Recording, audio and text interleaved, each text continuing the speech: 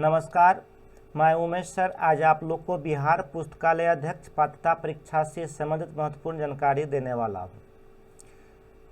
आप इस वीडियो को पूरे अंत तक देखिए। यदि आप नए विजिटर हैं तो कृपया सब्सक्राइब अवश्य कर लीजिए और अधिक से अधिक लाइक शेयर कमेंट अवश्य करें। यदि आप मेरे एप्लीकेशन उमेश स्टडी को अभी तक डाउनलोड नहीं किए हैं तो प्ले स्टोर से डाउनलोड कर लीजिए और रजिस्टर हो जाइए और सभी प्रकार के नोट्स वहाँ पर प्राप्त कर सकते हैं। लाइव क्लास अटेंड कर सकते हैं और डेली मॉक टेस्ट में स्पेशल टेस्ट में और डेली क्विज में आप शामिल हो सकते हैं।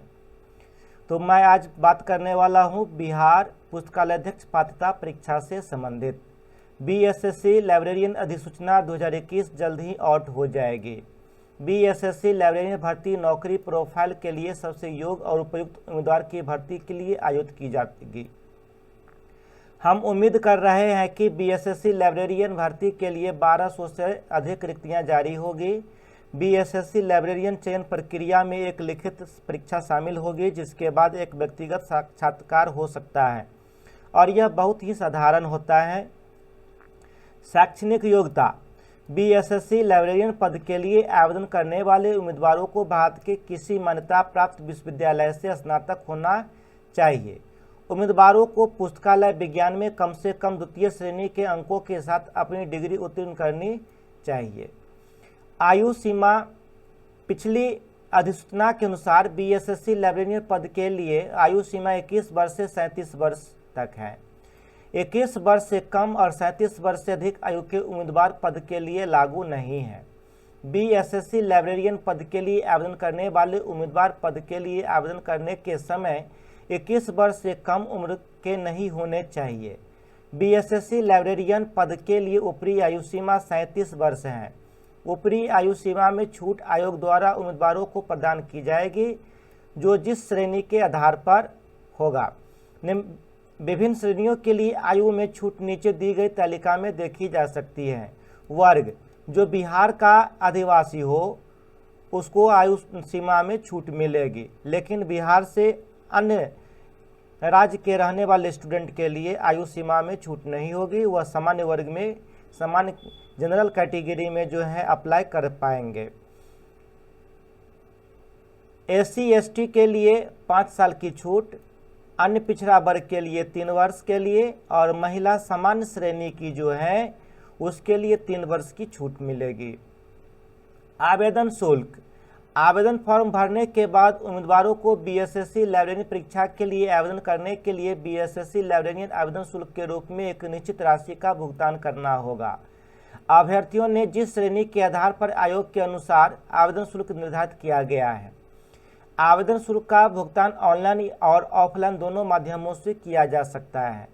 बीएसएससी लाइब्रेरियन भर्ती के लिए आवेदन करने वाले उम्मीदवार अपने आरक्षण के अनुसार आवेदन शुल्क जानने के लिए नीचे दिए गए तालिका में जांच कर सकते हैं। सामान्य और पिछड़ा वर्ग श्रेणी, स्थानीय और अन्य राज्य के उम्मीदवारों के लिए 750 रुपया होगा। अन्य राज्य के वे उम्मीदवार अप्लाई कर पाएंगे जिनको हिंदी आती हो। एससी और एसटी बिहार आदिवासी के लिए 200 रुपया शुल्क होगा। चयन प्रक्रिया क्या होगी? तो पुस्तकालय अध्यक्ष का चयन प्रक्रिया और काउंसलिंग प्रक्रिया पर आधारित होगा।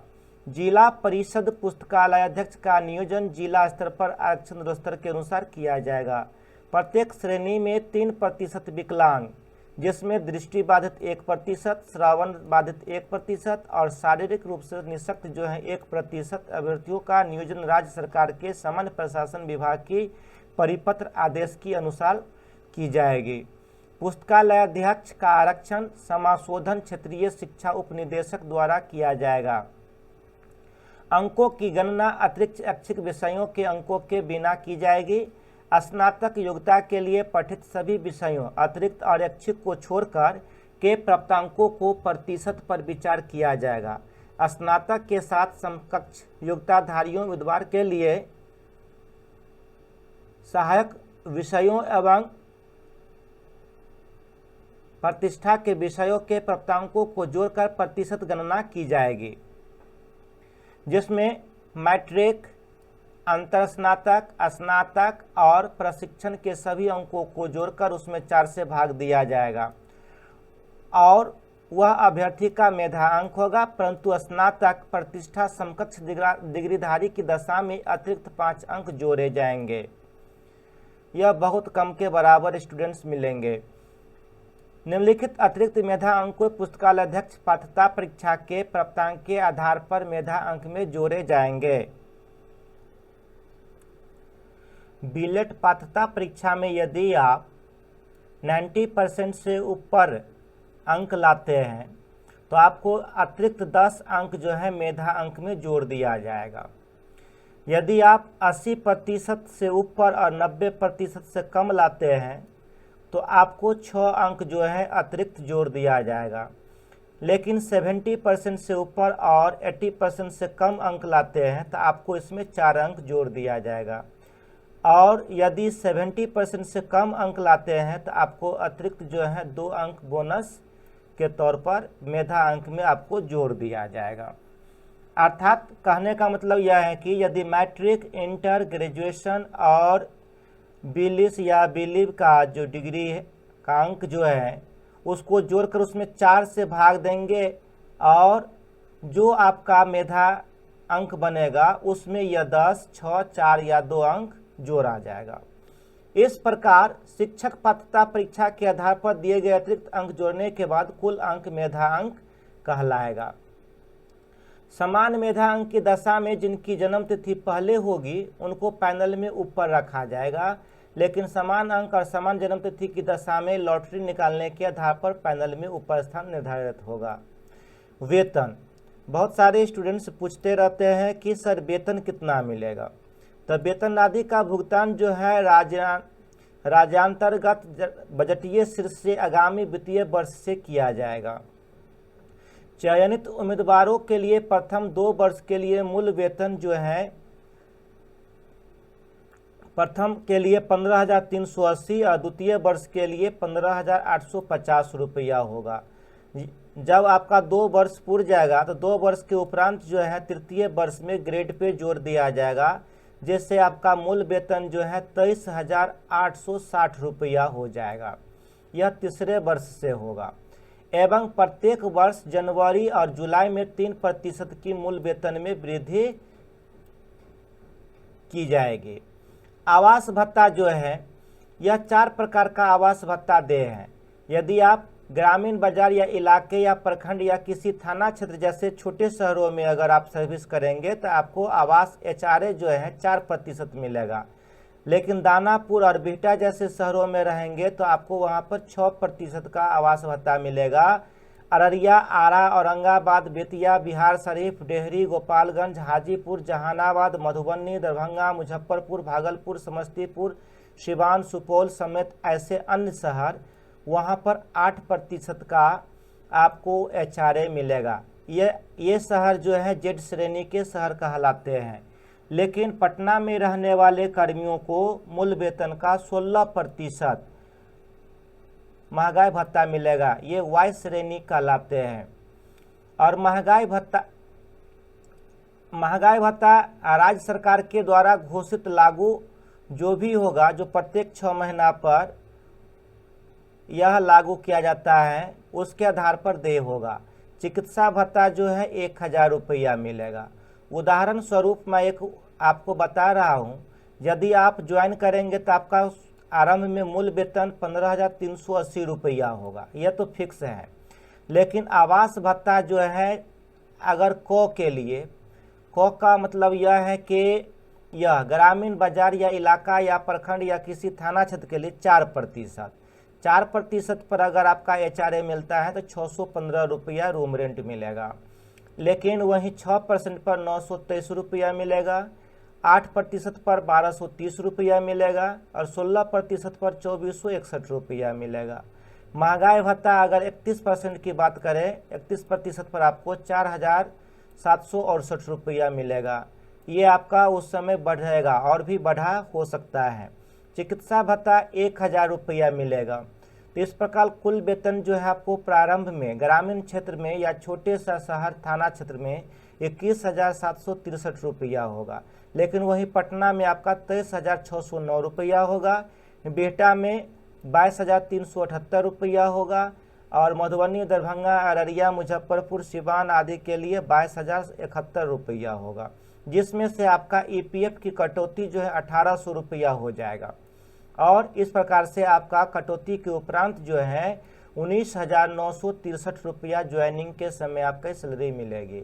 यह ग्रामीण क्षेत्र के लिए, यह छोटा सा बिहटा या बिहटा के आसपास जो है दानापुर, बिहटा जैसे शहरों के लिए हो गया। और यह अररिया, दरभंगा, सुपौल, समस्तीपुर आदि के लिए 20,578 रुपया, और पटना के लिए 21,809 रुपया आपको ईपीएफ कटौती के उपरांत मिलेगा।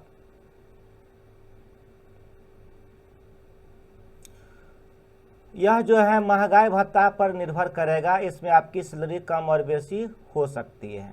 अवकाश कितने प्रकार का मिलेगा? तो अवकाश सबसे पहले आकस्मिक अवकाश आपको एक वर्ष में, माने एक कैलेंडर वर्ष में आपको 16 आकस्मिक अवकाश मिलेगा। अध्ययन अवकाश जो है, यह अवकाश योगदान के 3 वर्ष की न्यूनतम कालावधि पूर्ण होने के बाद ही आपको मिलेगा। अध्ययन अवकाश उपभोग करने के लिए संबंधित पुस्तकालय अध्यक्षकों या शिक्षकों को एक नियत अवधि तक कार्य करना आवश्यक होगा। यह अध्ययन अवकाश स्नातकोत्तर या पीएचडी के लिए ही मिल सकेगा, अन्य के लिए नहीं। अर्जित अवकाश प्रथम 2 वर्ष की सेवा के उपरांत प्रत्येक वर्ष में 11 दिन का अर्जित अवकाश मिलेगा, जो अधिकतम 120 दिनों तक संचित होगा। साथ ही यह प्रोस्पेक्टिव रूप से लागू होगा। पितृत्व अवकाश 15 दिनों के लिए प्रथम 2 संतानों के लिए स्वीकृत किया जाएगा, और मातृत्व अवकाश जो है 180 दिनों के लिए प्रथम 2 संतानों के लिए स्वीकृत किया जाएगा। बीएसएससी लाइब्रेरियन भर्ती दस्तावेज के लिए सत्यापन के लिए आवश्यक प्रमाण पत्र क्या क्या होना चाहिए? तो सबसे पहले समुदाय या स्वाभाविकता या जन्म प्रमाण पत्र होना चाहिए। बेरोजगारी की घोषणा पत्र जो आपको ज्वाइनिंग के समय दिया जाएगा। विद्यालय प्रमाण पत्र और चिकित्सा प्रमाण पत्र, अधिवास प्रमाण पत्र, अनापत्ति प्रमाण पत्र देना होगा, एनओसी। यदि आप कहीं पर सर्विस कर रहे हैं और वहां पर छोड़ करके इसमें आज जॉब करना चाहते हैं तो आपको उस डिपार्टमेंट से एनओसी की आवश्यकता होगी। परीक्षा जो है आपका बहुविकल्पीय प्रश्न पर आधारित होगा। हर प्रश्न के 4 विकल्प होंगे, एक प्रश्न के लिए 1 ही अंक होंगे और नेगेटिव मार्किंग नहीं होगा। इसमें आपको स्पेसिफिक सब्जेक्ट लाइब्रेरी से 100 क्वेश्चंस रहेगा, जो 100 मार्क्स का होगा। इसके अलावा teacher ability and other knowledge, GK, reasoning, शिक्षण क्षमता और ज्ञान, जीके, रीजनिंग जो होगा वो बहुत साधारण सा होगा, क्योंकि यह बीएसएससी के द्वारा आपको एग्जाम ली जाएगी। इसलिए इसमें आपका जीके और रीजनिंग और शिक्षण क्षमता अनिवार्य रूप से रहेगा। इस पर बहुत सारे स्टूडेंट्स डिटो भी लगा रहे हैं कि आप अपने मन से जो है सिलेबस बना देते हैं। मैं अपना मन से सिलेबस नहीं बनाया हुआ हूँ, यह कहीं न कहीं से यह कुछ स्रोत से मैं आप लोगों को शेयर कर रहा हूँ। तो यह जो है इस प्रकार से आपको 150 अंकों की परीक्षा होगी, इसलिए आप मन लगा करके तैयारी कीजिए। और आप मेरे चैनल के माध्यम से आप तैयारी कर सकते हैं। यदि आप उमेश स्टडी ऐप्स को डाउनलोड अभी तक नहीं किए हैं तो आप उमेश स्टडी एप्लीकेशन को डाउनलोड कर लीजिए, रजिस्ट्रेशन कर लीजिए और लाइव क्लास अटेंड कीजिए। मेरे द्वारा आप लोगों को daily quiz, test, mock test और स्टडी मटेरियल प्रोवाइड किया जाता है। और इससे संबंधित सिलेबस जानने के लिए आप मेरी एप्लीकेशन पर लॉगिन होकर के यह सिलेबस आप जान सकते हैं। इसमें पूरा डिटेल से मैं बताया हुआ हूँ कि क्या क्या सिलेबस हो सकता है रहेगा। तो आप उमेश स्टडी ऐप्स को अवश्य डाउनलोड कर लीजिए। यदि आप कंप्यूटर पर देखना चाहते हैं तो आप इसके लिए भी मेरे एक वेबसाइट्स है umeshstudy.com, उस पर लॉगिन होकर के आप ऑनलाइन क्लास में शामिल हो सकते हैं। और आप ऑनलाइन क्लास अटेंड कर सकते हैं। जो रजिस्टर्ड होगा उसको मैं यूज़र आईडी और पासवर्ड प्रोवाइड कर दूंगा। वह वेबसाइट के द्वारा भी आप umeshstudy.com पर भी आप ऑनलाइन क्लास ले सकते हैं। इसके द्वारा भी आप टेस्ट दे सकते हैं। आप अपने लैपटॉप कंप्यूटर पर भी बैठ कर के आप टेस्ट दे सकते हैं। मैं आशा करता हूँ मेरे द्वारा दी गई जानकारी आपको अच्छी लगी होगी। आप मिलते हैं नेक्स्ट वीडियो में। जय हिंद, जय भारत।